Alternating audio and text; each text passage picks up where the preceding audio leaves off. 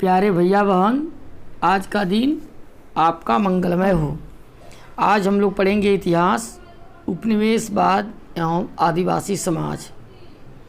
उपनिवेशवाद कहते हैं जिन क्षेत्रों पर अंग्रेज़ों का शासन हुआ, और आदिवासी समाज उसको कहते हैं देश के वन प्रांत में रहने वाली कुछ जातियां जो अभी भी प्राचीन काल से चली आ रही परंपरा और रीति रिवाज मानते आ रहे हैं, उसी को आदिवासी कहते हैं।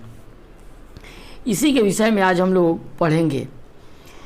जनजाति अथवा आदिवासी ये देश के पूरे क्षेत्र में पश्चिम, मध्य, दक्षिण, पूर्वी और उत्तर पूर्वी क्षेत्रों के ये मूल निवासी थे।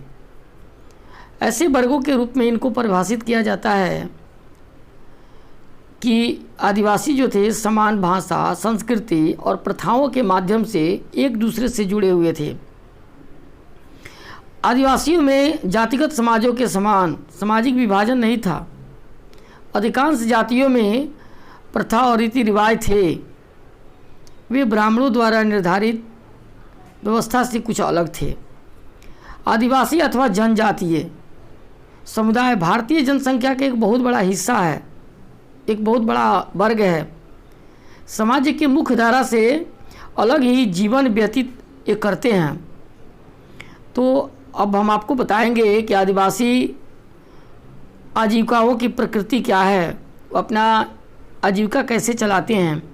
तो पहला है शिकार और संग्रहण।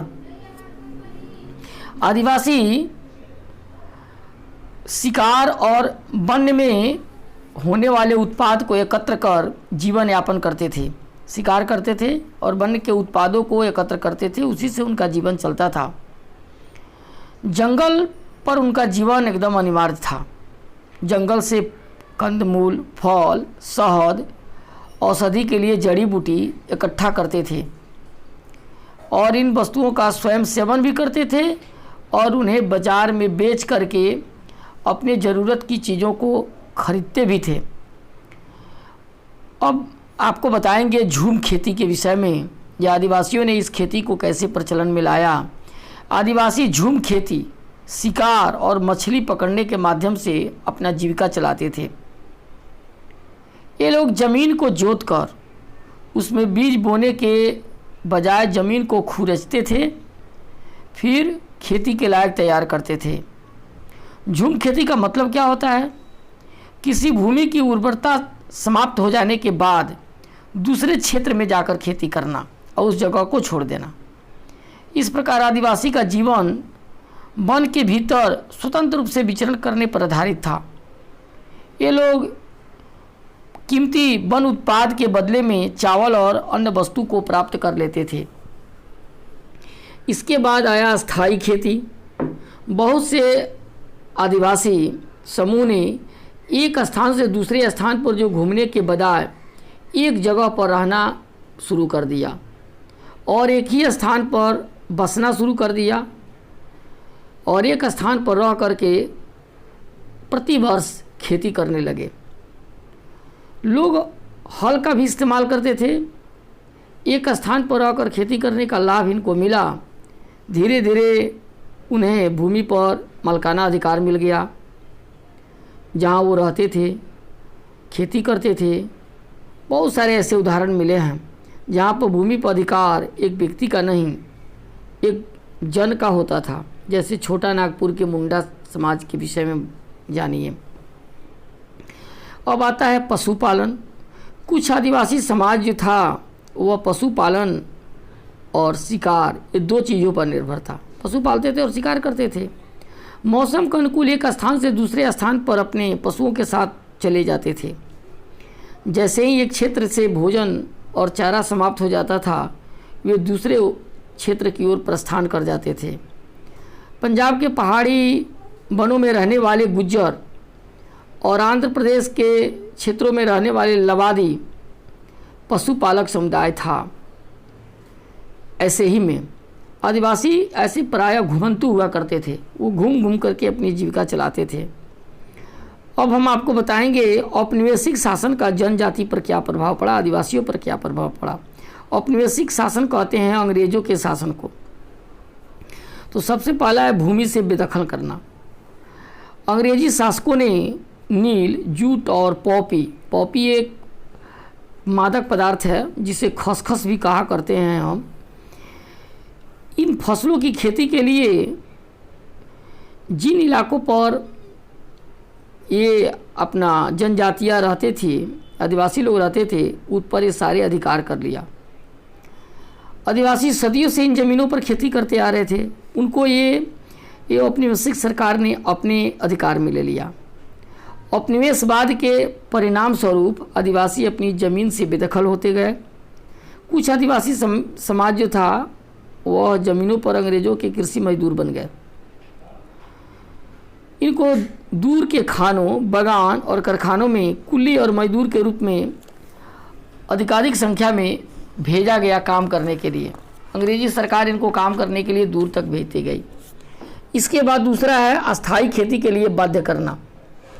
जो अंग्रेजी सरकार थी वह घुमक्कड़ जनजातियों को पसंद नहीं करती थी। अंग्रेजी सरकार चाहती थी ये एक कबीला में रह करके एक स्थान पर रह जाएं और बस जाएं और एक जगह पर रह करके अपना काम करें। एक जगह रहने से उस पर शासन करने में नियंत्रण होगा और शासन करना आसान होगा। राज्य के लिए एक निश्चित और हमेशा राजस्व की प्राप्ति भी होगी। इसीलिए भूमि का बंदोबस्त करना प्रारंभ किया अंग्रेजों ने। भूमि की पैमाइश कराई गई, भूमि पर प्रत्येक व्यक्ति के अधिकार निर्धारित किए गए, राज्य को मिलने वाला राजस्व तय कर दिया गया। कुछ किसानों को भूस्वामी घोषित किया गया, कुछ को किराएदार बताया गया। किराएदारों को भूस्वामी को किराया देना होता था, जो इससे राज्य को राजस्व प्राप्त करते थे। कुछ देखा जाए तो व्यवहारिक कठिनाइयों के कारण अंग्रेज़ों को कुछ क्षेत्रों के आदिवासियों को झूम खेती करने की भी अनुमति देनी पड़ी। तीसरा है जंगल के नियम कानूनों में परिवर्तन। अंग्रेज़ों ने जंगल के कानूनों में भी कुछ मौलिक परिवर्तन किए। उन्होंने आदिवासी के जीवन को बहुत प्रभावित किया।